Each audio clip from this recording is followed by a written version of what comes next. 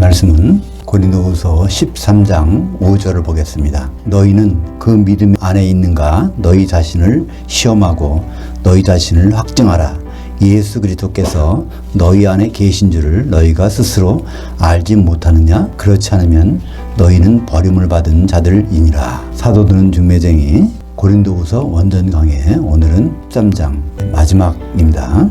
각자 교회 믿음 진단 합격일까 실격일까 라는 제목으로 말씀을 나누겠습니다. 고린도후서를 시작해서 벌써 이제 마지막 장에 와 있네요. 고린도후서는 특징이 있습니다. 고린도후서는 여러 가지 중요한 내용들이 있었죠. 사도들이 무슨 일을 하는지, 사도들은 중매쟁이라고 고린도후서 11장 2절에 소개하고 있고요. 사도가 가서 뭘 봤죠? 바울인 셋째 하늘까지 올라가서 거기 깊이 들어가서 낙원까지 보았던 사람이고요. 거기에 중요한 것은 고린도후서 12장 1절에 주의 현현과 계시를 말하리라. 그래서 주의 현현, 사도 바울이 예수님을 셋째 하늘까지 올라가서 대면에서 보았다는 사실을 거기서 말하고 있습니다. 그러니까 내가 진짜 사도가 아니냐. 그러니까 내가 하는 말은 내가 하는 것이 아니라 나를 통해서 하나님이 직접 말씀하시는 거라는 것을 간증하고 있습니다. 3절 보겠습니다. 이는 그리스도께서 내 안에서 말씀하시는 그 증거를 너희가 구함이니. 고린도 교회는 사도 바울에게 뭘 구한다고요? 정말 예수님 만났다면 그 예수님 만나서 사도 바울을 통해서 말씀하는 것이 무엇인지를 알아보겠다고 이렇게 하는 것입니다. 근데 그것을 뭐로 할 수 있다고 그랬죠? 바울은 자기가 약할 때, 자기가 약해질 때 뭐가 나타나요? 성령의 능력이 나타난다는 것을 말씀하고 있었죠. 4절 보겠습니다. 그리스도께서 약하심을 통해서 십자가에 못 박히셨으나 하나님의 능력으로 살아계시니 우리도 그 안에서 약하나 너희에게 대하여 하나님의 능력으로 그와 함께 살리라. 예수님이 십자가 달리신 것은 약해지셔서 달리셨습니다. 예수님이 하나님의 신분으로 남아있으면 십자가에서 죽으실 수가 없잖아요. 그러니까 십자가에서 죽으시기 위해서 그렇게 한 것처럼 사도들도 자기들을 낮춰서 죽일 때 그 예수님 말씀이 능력이 그들에게 나타난다는 것을 말해주고 있습니다. 예수님은요, 이 세상에 오셨을 때 하나님으로 오셨는지 사람으로 오셨는지 하나님과 사람 반반으로 오셨는지 하나님 50% 사람 50% 이렇게 오셨는지 또는 하나님 70% 사람 30% 이렇게 오셨는지 여러 가지 의견들이 있어요. 신학적으로. 예수님은 어떻게 오셨을까요? 성경은 분명히 말합니다. 예수님은 이 세상에 오실 때 하나님 0% 사람 100%로 오셨어요. 그래야 피를 흘리셔서 우리와 혼인할 수 있으니까.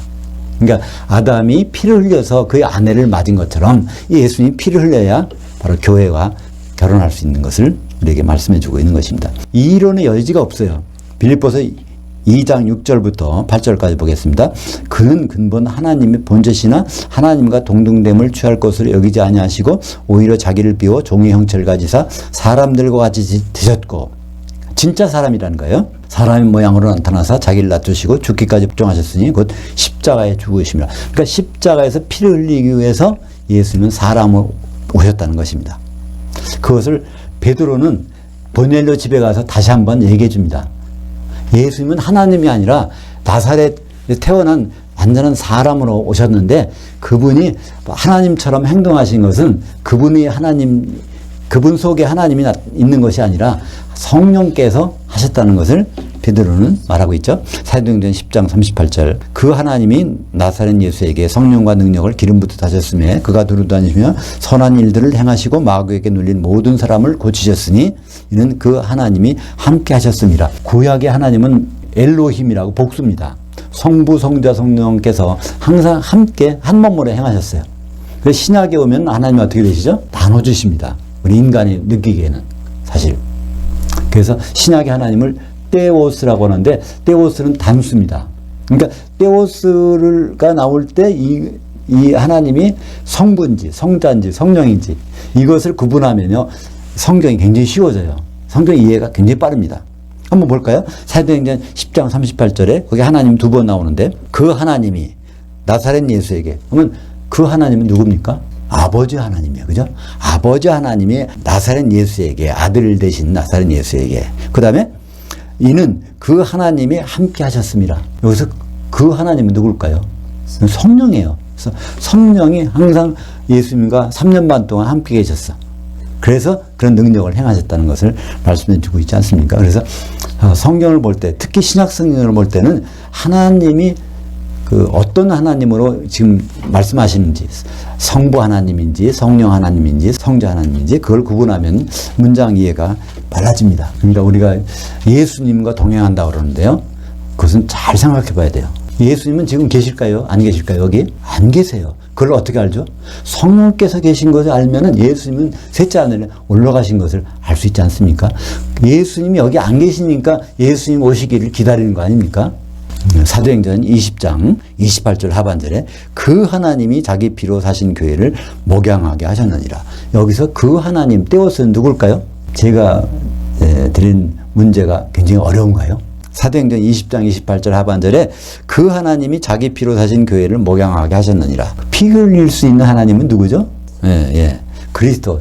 성자 하나님이십니다. 그러니까 문장에서 하나님이라고 나왔지만 그것은 반드시 성부인지 성자인지 성령인지 이거를 구분해야 성경이 이해가 될 수 있습니다. 근데 하나님이 능력이 사도 바울을 통해서 나타나려면, 사도를 통해서 나타나려면, 적어도 또 우리를 통해서 하나님 능력이 나타나려면 어떻게 될까요? 사도 바울의 경우를 보면 알 수 있습니다. 사도 바울이 약해지면 약해질수록 하나님의 능력이 그를 통해서 막 나타날 수 있어. 하나님이 그를 마음대로 사용할 수 있다는 것입니다. 그러니까 사도 바울이 그냥 강해지면 하나님의 능력이 제대로 나타나지 못해. 마찬가지로 우리도 우리의 고집이 너무 세면, 우리가 그냥 살아있으면 하나님께서 어떻게 만져주실 수가 없어요. 그런데 우리가 약할 때 그분께서 우리를 마음대로 다루실 수가 있다는 것입니다. 고린도후서 12장 9절부터 10절까지 같이 볼까요? 나에게 이르시기를 내 은혜가 내게 족하도다. 이는 내 능력은 약한 데서 온전해짐이라. 그래서 하나님의 능력은 인간이 약한 데서 온전해짐이라. 그러므로 도리어 크게 기뻐함으로 나의 여러 약한 것들에 대해서 자랑하리니 이는 그리스도의 능력이 내게 머물게 하려 함이라. 그러므로 내가 그리스도를 위하여 약한 것들과 능력과 궁핍과 박해와 권고를 기뻐하노니 이는 내가 약한 그때에 강함이라. 그러니까 고린도 교회 성도들한테 사도 바울은 얘기해 주는 거예요. 사도가 능력과 궁핍과 박해와 권고를 당하고 있는데 저게 무슨 사도야? 사도라면 뭐 저렇게 당하고만 있어? 그렇게 생각하지 말라는 것입니다. 그렇게 낮아질수록 하나님께서 사도 바울을 통해서 역사하신 것이 이제 드러나게 돼 있다는 것입니다. 그러면서 이제 고린도후서 13장의 핵심절이 나옵니다. 그것이 바로 서두 읽은 5절입니다. 다시 한번 볼까요? 여기에서 특히 조심할 것은 너희를 너라고 생각하면 이 문장이 완전히 오해됩니다. 이건 개인들을 말하는 것이 아니라 그 사람이 속한 교회를 말하는 것입니다. 교회가 제대로 되어야, 교회가 성령 충만해야 거기 있는 구성원도 망하지 않는 것이고, 교회가 성령 충만하지 없으면 그 속에 100년 있어봐야 그 사람은 지옥 가기 딱 알맞다는 것입니다. 기름을 준비 못하니까. 기름을 준비할 수 있는 교회냐? 기름을 준비할 수 없는 교회냐? 이것에 따라서 우리의 운명은 달라지는 것입니다. 그걸 생각하면서 다시 한번 읽어보겠습니다. 너희는, 교회는 그 믿음 안에 있는가? 예수 그리스도의 믿음 안에 있는가? 너희 자신을 시험하고 너희 자신을 확증하라. 예수 그리스도께서 너희 교회 안에 계신 줄 너희가 스스로 알지 못하느냐? 그렇지 않으면 너희는 버림받은 교회인이라. 버림받은 교회인이라. 근데 버림받은 교회에 있다가는 그 기름을 국물도 없어요. 그죠? 기름이 준비가 안 돼. 깨진 깡통이라도 기름통에 가서 들어가 있으면 그 속에 기름이 남아있잖아요. 오늘 제목을 각자 교회 믿음 진단. 합격일까? 실격일까? 여기에 합격이란 단어와 실격이란 단어가 나오기 때문에 이걸 제목으로 정했습니다. 버림받은 자가 이제 실격자라는 뜻인데요. 아도키모스. 이게 실격된 교회입니다. 그러면 도키모스, 합격했다는 얘기예요. 여기 기준이 뭘까요? 예수 그리스도께서 너희 안에. 그러니까 예수님이 어떻게 우리 안에 와 계실 수 있을까요? 예수님 가셨는데 뭐로? 가시면 뭐를 주신다고 그랬죠? 똑같은 보혜사 성령을 주신다고 그랬으니까 성령이 계신 것이 바로 예수님께서 우리 가운데 계신 것입니다. 그러니까 성령이 우리 교회가 우리 모임 가운데 있다면 이것은 합격교회고, 성령이 우리 모임 가운데 없다면 이건 실격교회라는 것입니다. 이 기준이 우리에게는 운명을 가르는 것입니다. 지옥이냐 영생이냐를 가르는 것이죠. 요한복음 14장 17절 보겠습니다. 그는 진리의 그 영이라 세상은 그를 받지 못하나니 이는 그를 보지도 못하고 알지도 못함이라. 그러나 너희는 그를 아나니 그는 너희와 함께 거하시며 또 너희 속에 계시겠습니다. 그래서 교회 가운데에 계신 분은 바로 보혜사 성령이십니다. 그러니까 그 보혜사가 있는지, 그 보혜사가 있는 교회에 우리가 있는지 없는지가 우리의 운명을 결정한다는 것입니다. 고린도전서 3장 16절 너희는 너희가 하나님의 성전인 것과 그 하나님의 그 영이 너희 안에 계시는 것을 알지 못하느냐? 이것도 가장 오해되는 말씀이죠. 모든 목사님들은 이걸 가지고 설교를 하십니다. 내 속에 하나님의 영, 성령이 거하면 내가 하나님의 성전이라는 거예요. 그래서 교회를 그렇게 얘기합니다. 하나님의 영이 거하는 성전, 걸어다니는 성전이 성도들이라고 말하고 있어요. 이건 크게 잘못된 것입니다.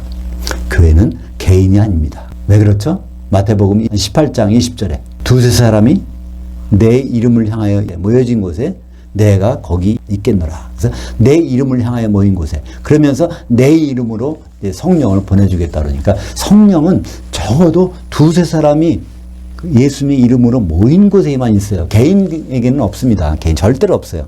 근데 이 모였다는 얘기는 물리적으로 같은 자리에 있다는 것이 아니라 같이 언제 어디 있든지 서로 영적으로 교통하는 관계에 있다는 것입니다. 관계를 얘기하고 있습니다. 우리와 교통하는 사람이 누군지, 그 사람이 누군지에 따라서 성령이 있는지 없는지를 알 수 있다는 것입니다. 요한계시록 18장 4절과 21절 보겠습니다. 그러니까 교회에 잘못이 있으면 완전히 망한다는 거예요. 어떻게? 불섞인 유리바다에 던져지는 경우가 있다는 것입니다. 요한계시록 18장 4절 또 내가 들으니 하늘로부터 다른 음성이 나서 이르되 내 백성아 거기서 나와 그녀의 죄들에 참여하지 말고 그녀가 받을 재앙들을 받지 말라. 이게 그녀가 음행하는 교회, 마지막 교회, 말세교회입니다. 말세교회에서 이것은 교회 출석하지 말라는 얘기가 아니에요. 교회의 그런 삼각에서 거기서 벗어나야 된다는 얘기입니다. 교회가 세상을 향해서 거기에 하나님의 복을 받아서 아주 하나님을 찬양하면서 세상에 있겠다. 그런 교회가 아닙니다. 성령이 안 계신 것이니까 교회가 아니죠. 그러니까 그것이 있는지 없는지 오죽하면 거기서 나오라는 말씀을 하셨겠어요. 그죠? 왜 나오라고 하셨을까요? 바로 요한계시록 18장 21절 때문에 그렇습니다. 이에 한 힘센 천사가 큰 맷돌 같은 돌로 들어 그 바다에 던져 이르되 큰 성 바벨론이 이같이 비참하게 던져져 결코 다시 보이지 아니하리로다. 여기서 그 바다라는 것은 요한계시록 15장의 2절에 있는 불 섞인 유리바다, 지옥입니다. 교회 생활을 열심히 잘했는데 결국 지옥 가게 되면 얼마나 억울하겠습니까? 여기에 그 바벨론 성이 어떻다고요? 크다고 돼 있어요. 큰 성, 아주 대형 교회야. 그렇지만 이것은 멸망의 길이라는 것을 알 수 있습니다. 새 예루살렘 성이 크다고 안 그랬어요. 그죠? 새 것이라고 그랬지. 새 것. 아주 처음 보는 것. 아주 지금까지 없던 것. 그런 새 예루살렘 성은 새 것인데 바벨론 성은 아주 크다고 되어 있습니다.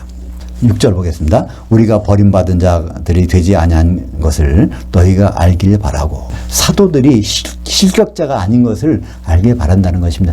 외모로 보기에는 사도 바울의 일행이 아주 볼품없었어요. 오히려 거짓 사도들이 아주 쟁쟁하게 일했습니다.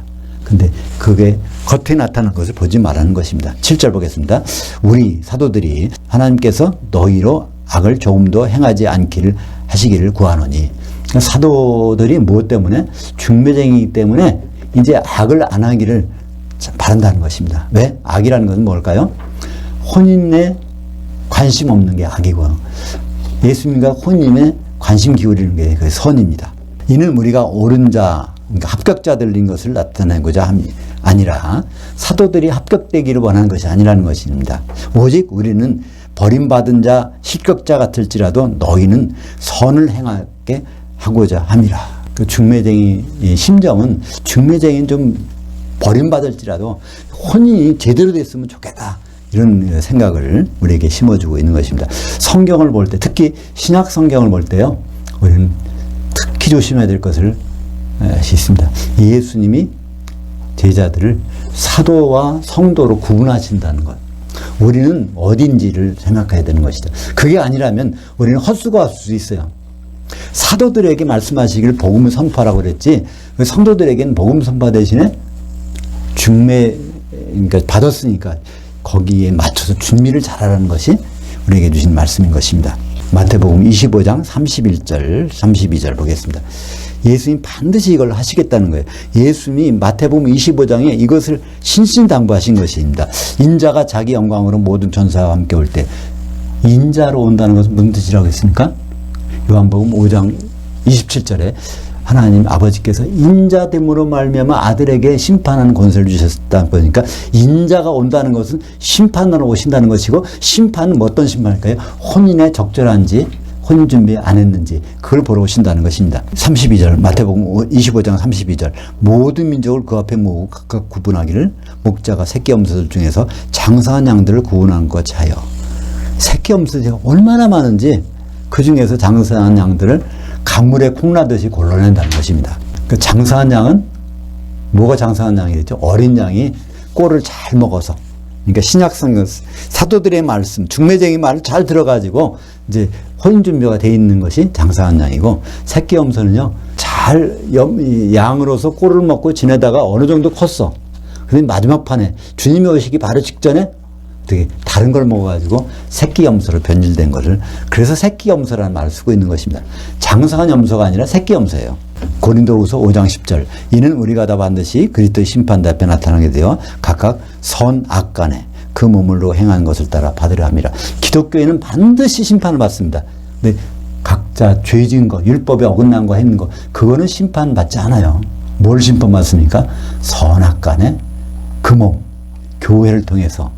교회는 주님과 혼인하게 될 그 처지인데 거기에 가담했는지, 혼인에 가담 안 했는지 이걸 가지고 심판한다는 것입니다. 고린도후서 11장 2절 사도인 내가 성도들인 너희를 정결한 한 처녀로 한 남편인 그리스도께 드리려고 중매했음이로다. 그러니까 성도들은 이제 누구에게 심판을 받을까요? 심판이 분명합니다. 그죠? 마태복음 19장 28절 분명히 있어요. 세상이 새롭게 되어 인자가 자기 영광의 보좌에 앉을 때. 많이 듣던 말씀이죠. 똑같은 말이 마태복음 25장 31절 똑같은 말이 있어요. 인자 영광의 보좌. 마태복음 19장 28절도 인자 영광의 보좌. 똑같은 자리입니다. 그리스도 심판대에 앉을 때 나를 따랐던 너희도, 그 12사도들도 12보좌에 앉아 이스라엘 12지파를 심판하리라. 근데 마태복음 25장에는 모든 민족을 심판하는데 마태복음 19장 28절에는 이스라엘 12지파를 심판하는 거예요. 그러면 모든 민족이라는 것은 바로 이스라엘 12지파고, 이것은 누굴까요? 모든 민족 가운데 복음을 알아듣고 기독교인 된 사람들을 가리키고 있습니다. 왜냐하면 마태복음 28장 19절 20절 그렇잖아요. 너희는 가서, 사도들은 가서 모든 민족으로 내 제자를 삼으라 했으니까 그때 모든 민족이 양과 염소의 심판에 앉아있는 모든 민족이고, 그 모든 민족은 사도의 말을 듣고 기독교인이 된 이스라엘 12지파입니다. 육적인 유대인들이 아니라. 그래서 그리스도 심판대에서 배석한 12사도들은 무엇을 할까요? 마태복음 25장 40절 그 왕이 대답하여 이르시되 내가 진실로 너희 장사한 양들에게 이르노니 너희가 여기 그리스도 심판대에 내 형제들 12사도들 중에 지극히 작은 자 하나에게 한 것이 곧 내게 한 것이니라 하시고, 또 그 왼편에 있는 자들 새끼 염소들에게 이르기를 저주를 받은 자들아 나를 떠나 마귀와 그의 천사들 외에 예비된 영원한 불에 들어가라. 영원한 한 시대 불에 들어가는 것입니다. 그래서 그들은 새끼 염소들은 영벌에, 의인들은 영생에 들어가리라 하시니라. 답안지가 분명히 나와 있어요. 답안지. 이것만 보면은 시험 가서 잘못 볼 일이 없어요. 만점 맞을 수 있어요. 그죠? 답안지도 주셨고, 채점관도 주셨고, 다 우리는 알고 있는데, 우리는 거기 신경 안 쓰니까 새끼 염소가 될 수 있는 것입니다. 8절 보겠습니다. 우리는 진리를 거슬러 아무것도 할 수 없고 오직 진리를 위할 뿐이니 9절 우리가 약할 때에 너희가 강한 것을 기뻐하고 또 이것을 위하여 구하니 곧 너희가 온전하게 되는 것이니라. 사도의 심정은, 중매쟁이 심정은요 꼭 결혼할 준비까지 되는 겁니다. 어떤 일이 있더라도. 그러니까 사도들을 세우신 목적은 뭘까요? 에베소서 4장 11절과 12절 그가 어떤 이들은 사도들로, 어떤 이들은 선지자들로, 어떤 이들은 복음 전도자들로, 어떤 이들은 목사들과 곧 교사들로 삼으셨으니, 그러니까 이렇게 이런 사람들을 도우미로 주신 목적은, 이는 여기 목적이 나와 있습니다. 성도들을 온전하게 하여 사역의 일을 하게 하며 그리스도의 그 몸을 이루게 하려 하심이라. 성도들을 온전하게 한다는 거예요. 그러니까 성도들의 온전한 사역을 하게 한다는 건 뭘까요? 전도하라는 것일까요? 아니요. 누가 가르치는 것일까요? 아니요. 성도의 본연의 일을 하라는 것입니다. 그러니까 복음전도, 선지자 역할, 목사들, 교사들 그런 역할을 성도들이 하지 말라는 것입니다. 왜냐하면 성도들이 할 일은 따로 있다는 거예요. 온전하게 한다는 것은 카트 아르티스모스라고 해서 찢어진 그물을 꿰문다는 뜻입니다. 고기를 잡는다고 할 때 그물이 제대로 돼야 고기를 잡는데 그물이 다 찢어졌으면 우리가 성과를 낼 수 없죠. 성도들이 왜 찢어진 그물을 갖고 있을까요? 바로 성경책입니다. 이 성경책은요, 원전으로 된 거에서 번역하는 과정에서 얼마나 많이 찢어지는지 몰라. 다 찢어지니까 거기에 정말 알맹이들이 다 새나간단 말이에요. 그죠? 중요한 것들이 많지 않습니까? 하늘들이 있는데, 셋째 하늘이 있는데, 천국과 낙원은 다른데, 이런 모든 것들이 다 찢어져 있으니까 그걸 누가 꿰매줄까요? 사도들. 또 사도들의 역할을 맡은 선지자들, 복음전도자들, 목사들이 그걸 잘 꿰매가지고 성도들에게 줘야 성도들이 제 일을 할 수 있다는 말입니다. 10절 보겠습니다. 그러므로 내가 떠나 있을 때나 이렇게 쓰는 것은 대면할 때 주께서 너희를 넘어뜨리려 하지 않고 세우려 하여 내게 주신 그 고난을 따라 엄하게 하지 않게 하려 함이라. 그건 사실 사도들이 고린도 교회가 만나서 직접 그들에게 심판하겠다는 얘기예요. 또 있지만 그거보다는 결국은 언젠가는 사도들이 성도들을 만나서 심판하고 할 때 잘못된 일이 없기를 바란다는 것입니다. 그죠? 그것은 결국 그리스도 심판대에 설 때 그 자리에서 사도들을 너무하다 이렇게 하지 말라는 것입니다. 11절 보겠습니다. 마지막으로 말하는 형제들아 기뻐하라. 온전하게 되며 위로를 받으며 마음을 같이하며 평안할지어다. 또 사랑과 평강의 하나님이 너희와 함께 계시리라. 거룩하게 입맞춤으로 서로 문안하라. 모든 성도들이 너에게 문안하느니라. 여기 마지막으로 5가지의 현재형 명령이 있습니다. 헬라어에는 명령법이 2가지가 있다고 했어요. 과거형으로 명령하면 한 번만 하면 돼요.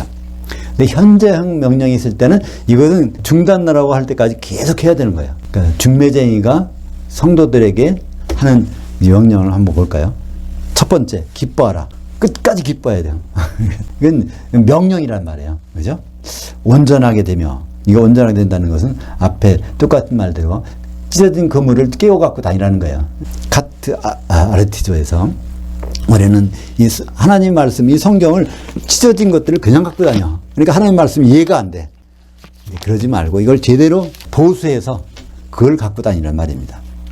위로를 받으며 위로해 주는 분이 있다는 것을 항상 기억하란 말입니다. 마음을 같이하여. 그러니까 한 마음이 되려면 우리가 각자의 생각을 버려야 되겠죠. 누구 생각으로 통일돼야 될까요? 예수님 생각으로. 그러니까 예수님 생각으로 통일되면 우리는 다 누구나 혼인준비밖에 할 수가 없어. 그죠? 예수님은 지금 혼인하러 오실 텐데 우리는 그 생각이 되려면 각자의 생각을 버리고 같은 마음이 돼야 되겠죠? 평안할지어다. 이 평안이라는 단어는요, 어떤 단어일까요? 에이레네라는 단어입니다. 에이레네는요, 하나가 되는 거예요. 이게 끊어졌던 것이 이게 합해지는 겁니다. 그러니까 우리는 하나님과의 관계, 사람과의 관계, 이게 합해지는 거지. 그걸 성경에서는 에이레네라고 하는데, 에이레네를 우리말 번역에 평안할지어다 하니까 우리는 막연해요. 우리는 마음 편하면 이게 된다고 생각하는데 그게 아니라 하나가 됐는지, 하나님과 하나가 됐는지, 성도들과 하나가 됐는지, 이제 이거를 명령문으로 말씀하고 있습니다. 또 사랑과 평강의 그 하나님이 너희와 함께 계시리라. 여기에 사랑과 평강의 하나님이 누굴까요? 여기서는 성령을 가리키고 있습니다. 특별히. 왜 그럴까요? 이 사랑이라는 것은 아가페 사랑입니다. 아가페 사랑은 누굴 통해서 주실까요? 로마서 5장 5절. 우리에게 주신 성령으로 말미암아 하나님의 사랑, 아가페가 우리 마음에 부음받음이. 그러니까 아가페 사랑이 존재하려면요, 성령이 계시지 않으면 존재를 못해요. 그러니까 우리가 아가페 사랑으로 사랑하고 있다. 우리가 성령 충만하고 있구나. 우리가 아가페 사랑이 우리 가운데 없어. 성령이 소멸됐구나.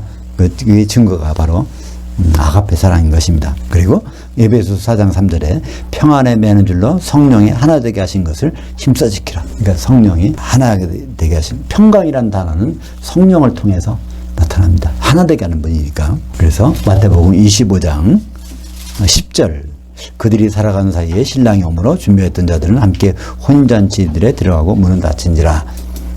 마태복음 25장 10절에 있습니다. 그죠?